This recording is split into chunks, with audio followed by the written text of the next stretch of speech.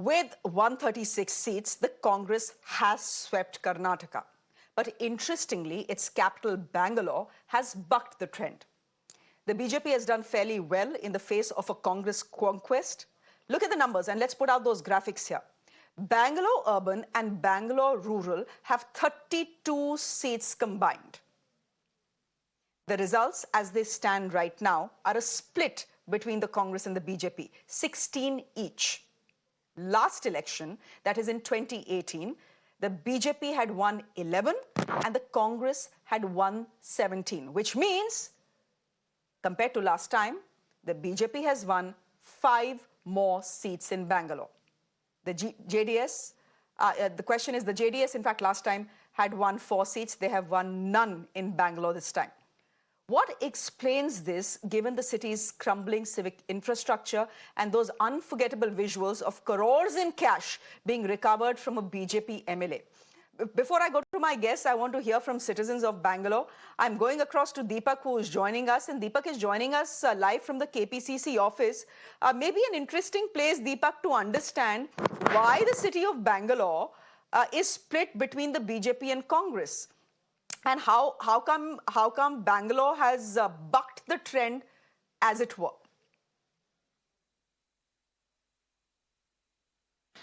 Well, Shreya, I mean, we've heard a lot from the Congress supporters through the day, so I thought we'll hear from a bunch of Bengalurians. So I've moved a little across the stretch of the road. I'm standing at Cunningham Road, very close by, of course, is the Congress office. I have a bunch of Bengalurians here with me, and I wanted to make it a point that I speak to somebody who's cast their vote. And if all of them can show their fingers, they're all people who've cast their vote. Let's try and speak to them. And of course, you were talking about Bangalore not probably voting in the same pattern as the state has. Now, we should understand that last time around, like you mentioned, it was 11 for the BJP, but we should also not forget a few of them moved from, the Congress and the JDS and came to the BJP, and some of them have retained it. So the BJP, of course, had its number around this 15 mark, and they've managed to retain it. And some of the ministers like Muniratna, who was from the Congress party, has won once again.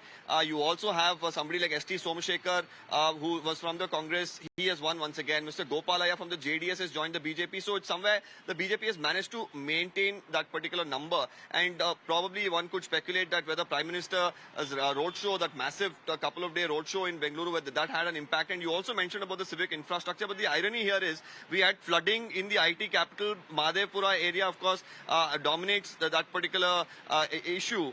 But his wife, Manjula, the Arvind Limbavali, who was, of course, a sitting MLA, his wife, Manjula, was given the ticket. She has won once again. So it's quite interesting. Let's get from, the people I'm speaking to here, a couple of them. Let me first ask you. Now, we've seen 136, 137. The numbers, of course, yet to settle down there.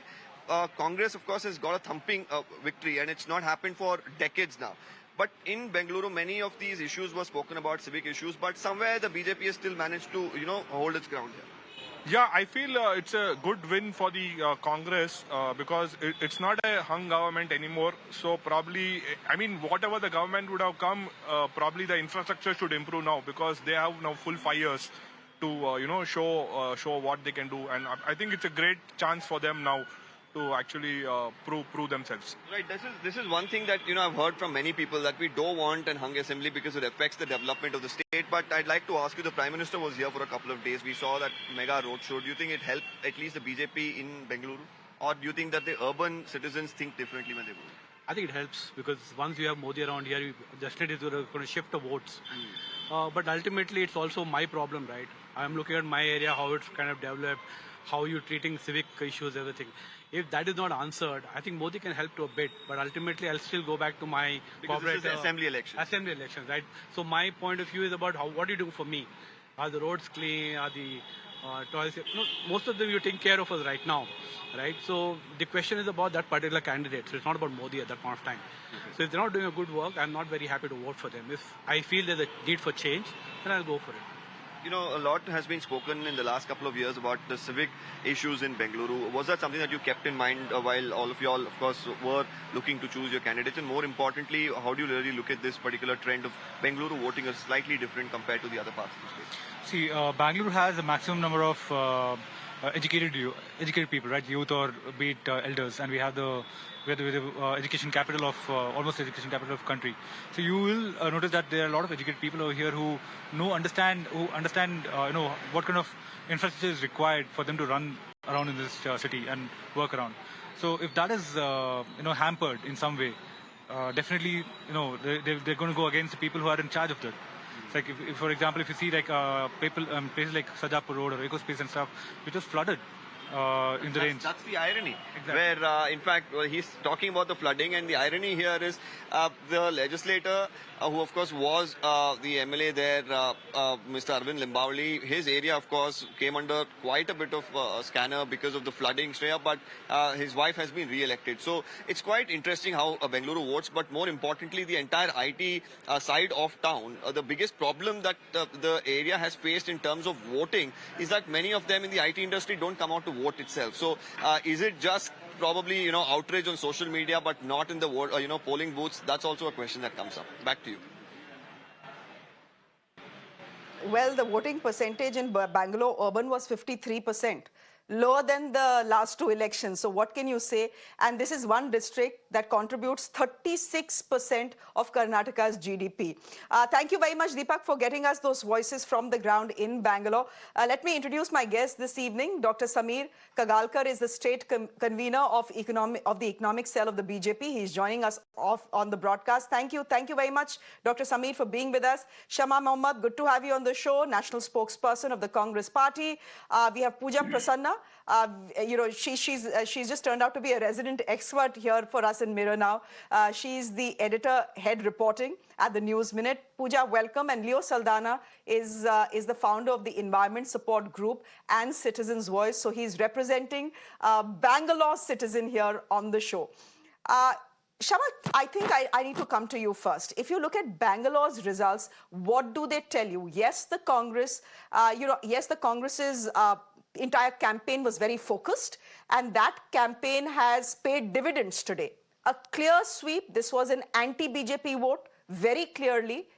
But why did that anti-BJP vote not percolate to the state capital of Karnataka, Bangalore? Right now, 32 seats split evenly between the Congress party and the BJP. Why do you think Bangalore bucked the trend, Shama?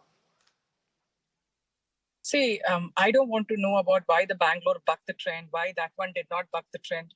I know that we have an absolute majority, and I'm going to be smiling, laughing, and happy about it, rather than thinking, why didn't I get there? Why didn't I get here? Right now, the topic is basically the Prime Minister of India campaigned in Karnataka all by himself. We did not see Bomai. We did not see Yedurappa. We just saw Prime Minister campaigning. And what was he talking about? He was talking about Kerala's story. He was talking that if you vote for Congress party, you're voting for terrorists. He was talking about Bajrang Bali. And finally, people understood that this hijab, halal, all these things are of no use. They wanted the actual issues to be discussed. What is the Bharatiya Janata Party giving us? What has it given us in the last 4 years? And how it also subverted democracy the last time. It didn't come on its own. It was our government, and they subverted it in 2019 by doing Operation Lotus or Operation Kamala. So that is the most important thing, is the Prime Minister of India came out there ferociously campaigning. And I want to know today why we are not seeing his face on television. Why we are just seeing JP Nadda and all of them. Now look at that. In 34 years, we have never had a victory like this. So let us talk about that rather than why have you lost here? In coastal Karnataka also we have lost. But at the end of the day, we have got Chikmagalur, which has been a BJP bastion. Let's talk about that. So I want to be positive today. I'm not going to get into any negativity by any anchor. I'm sorry if you want to be on the BJP side and ask us, why did you lose Bangalore? I'm not going to be answering that. I'm only going to be talking about my victory, it's interesting. How we did a positive campaign. Dr. Mohammed, let me finish. It's very interesting that you say that you want to be on the BJP side. It's very interesting you say that. You know, because the channel is, I think, known for balancing things out and not taking sides. Dr. Mohammed, see, the point is, no, just a minute. Dr. Mohammed, just a minute. Let me complete the point I'm making. This is what I'm asking you. Look, I think you've gone on the offensive because you feel I'm questioning your victory. I'm not taking away from your victory. Look at the margin of that victory, for heaven's sake. 136. It's a clean sweep. I'm congratulating you for that.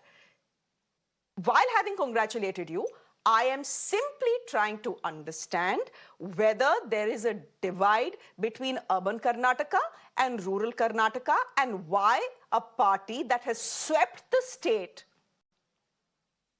has not swept the coastal Bangalore, region.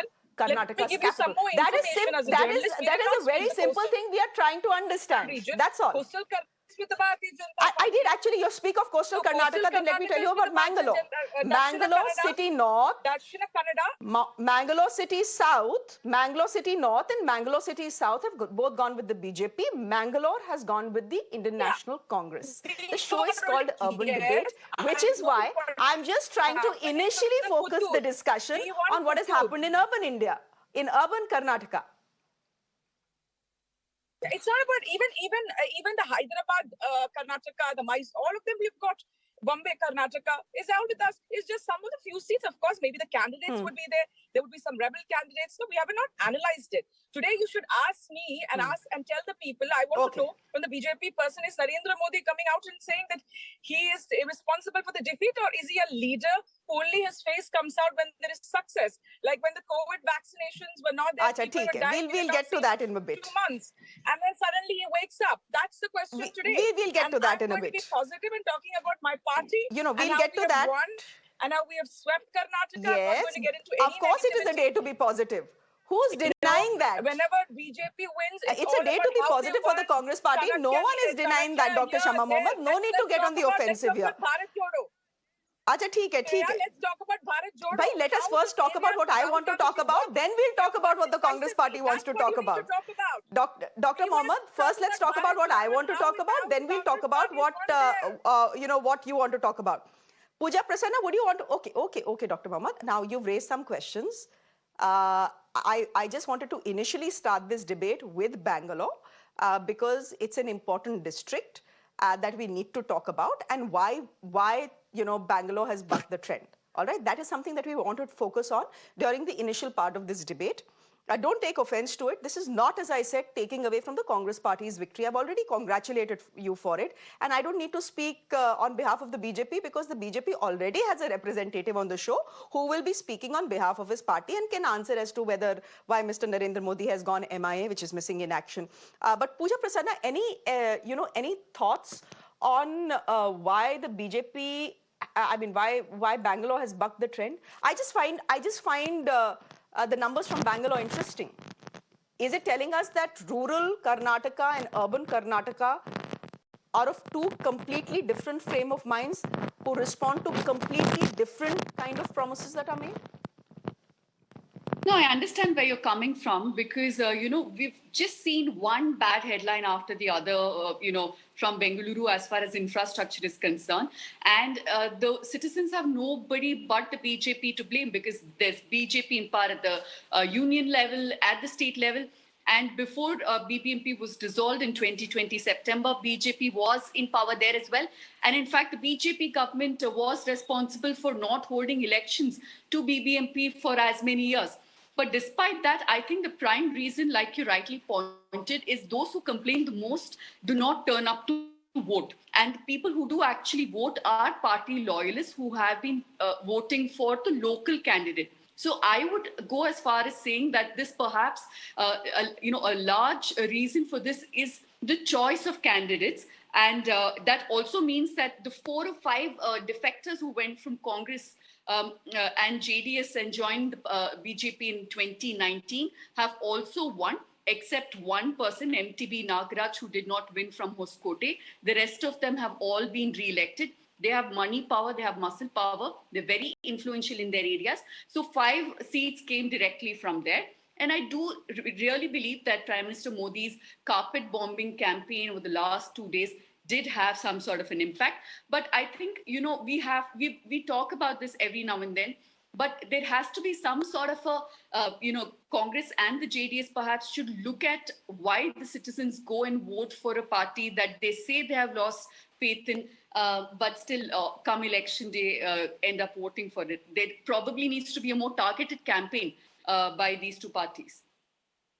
Well, there was Leo Saldana, would you want to come in here? There was a targeted campaign by the Congress party as far as the rural poor are concerned. In fact, Mr. Rahul Gandhi and every top leader of the Congress today is on record to say that this is a win for the poor in Karnataka. All right, I believe we've lost our line to Mr. Leo Saldana. So let me take that question straight to Dr. Sameer. Dr. Sameer, you're representing the BJP here on the show, and we'll talk about the larger trend in just a bit, and we'll talk about the larger state in just a bit. But just concentrating on Bangalore, is this the Prime Minister with his multiple road shows and rallies in Bangalore that has made the difference? Or is there something else that the BJP has gotten right in Bangalore, or if there is something wrong that the Congress party has got in Bangalore? Yeah, for having me on the show. Before the start, Congress party leader winning victory.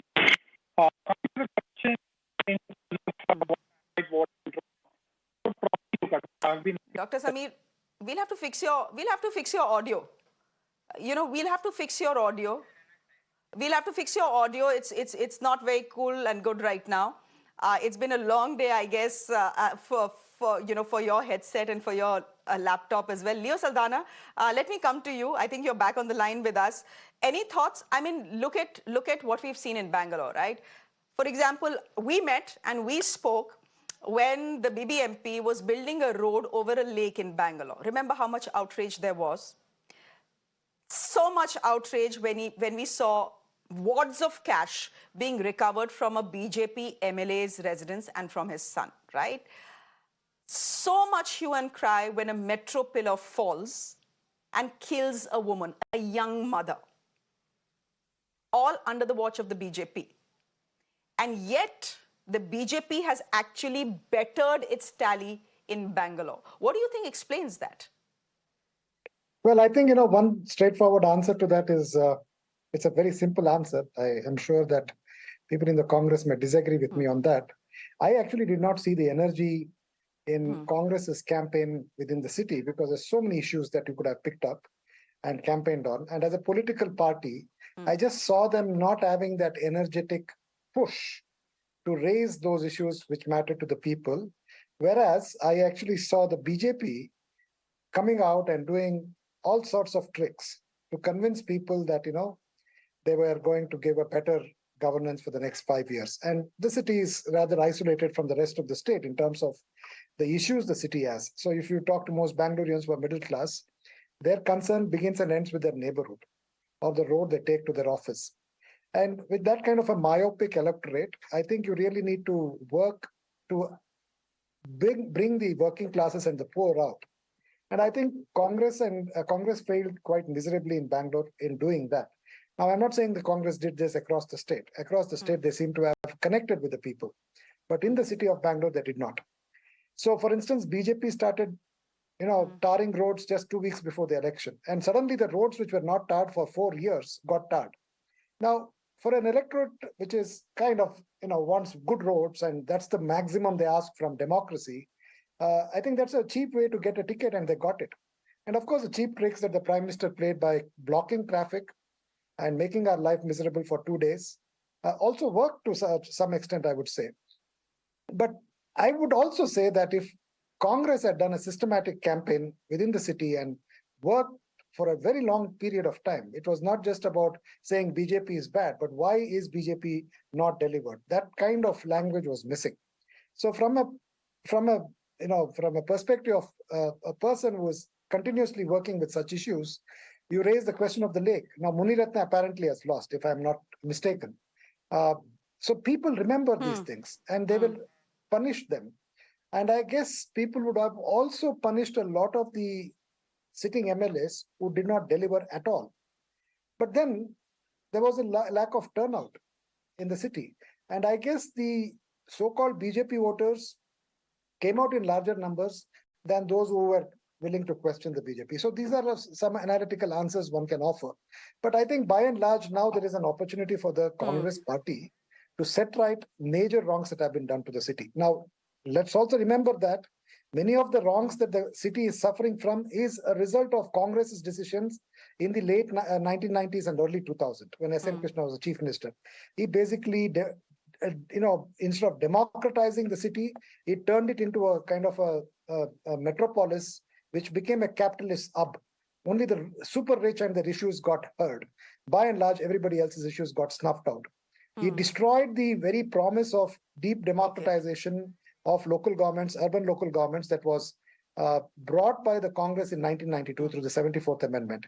And, subsequently, Congress really didn't care about these type of issues.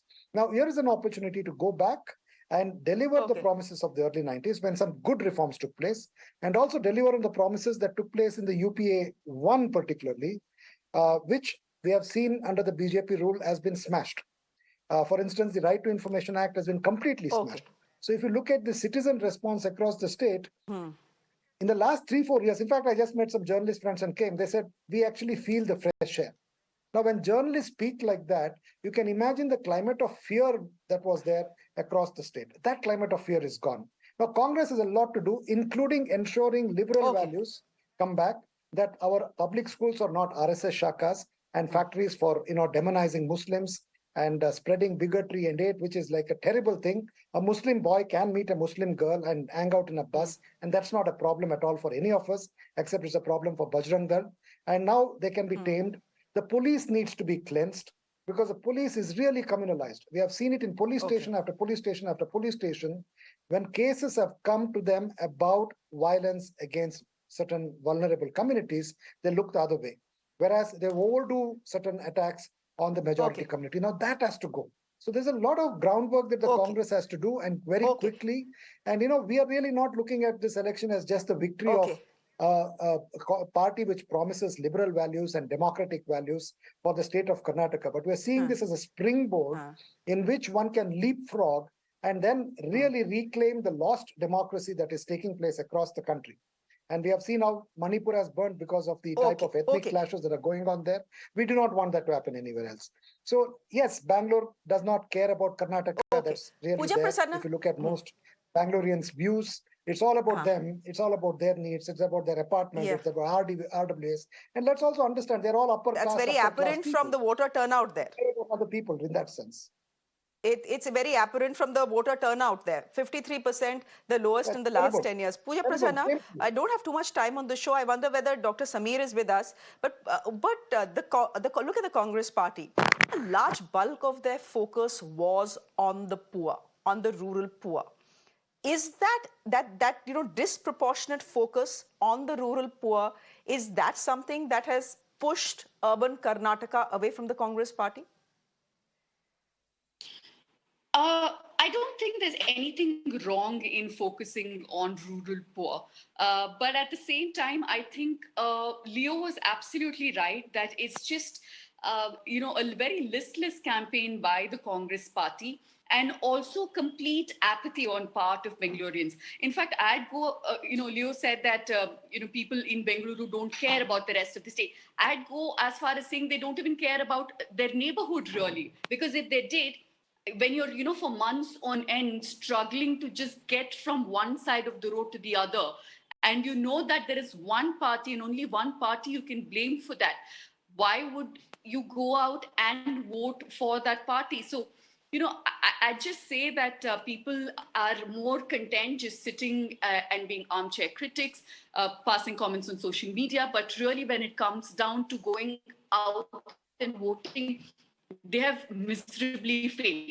But just going back to your original, question on Congress's strategy of focusing on rural poor, I think also they've done a fantastic job on ensuring that the corruption charges this time around stick. And the BJP underestimated the power of these charges, because somewhere they had gotten complacent that, oh, these are just allegations and, bring proof and all of that. And they were hoping for Modi to come and do some sort of magic, which I think did work in Bengaluru. I cannot imagine, BJP even reaching the numbers that they had over the last 10 days. He addressed some 20 rallies across the state, and I personally believe that the numbers would be around 40 for the BJP if it wasn't for Modi. But that said, I think they relied too much on Modi without realizing that you have to offer something from the state, because you have Yediyurappa, who said he's not fighting an election again. You have Basavaraj Bommai, who is from all sides cornered. Terrible Hindutva projects on one side, awesome, awful, corruption allegations, complete disastrous administration. So, you have to offer something other than just Prime Minister Modi to the voters. So Congress did leverage all of this very, very well. I would place equal onus on the citizens of Bengaluru and Congress for, the numbers that we've seen, and hope that they realize this and over the next 5 years at least work more systematically and not in an ad hoc manner, just, give grants and give money to the city, but not have a more, macro vision for a city that has so many infrastructural problems. And also, towards the end, I hope that people like Leo, who've been working so systematically on building a better city, are taken into consultation. I hope the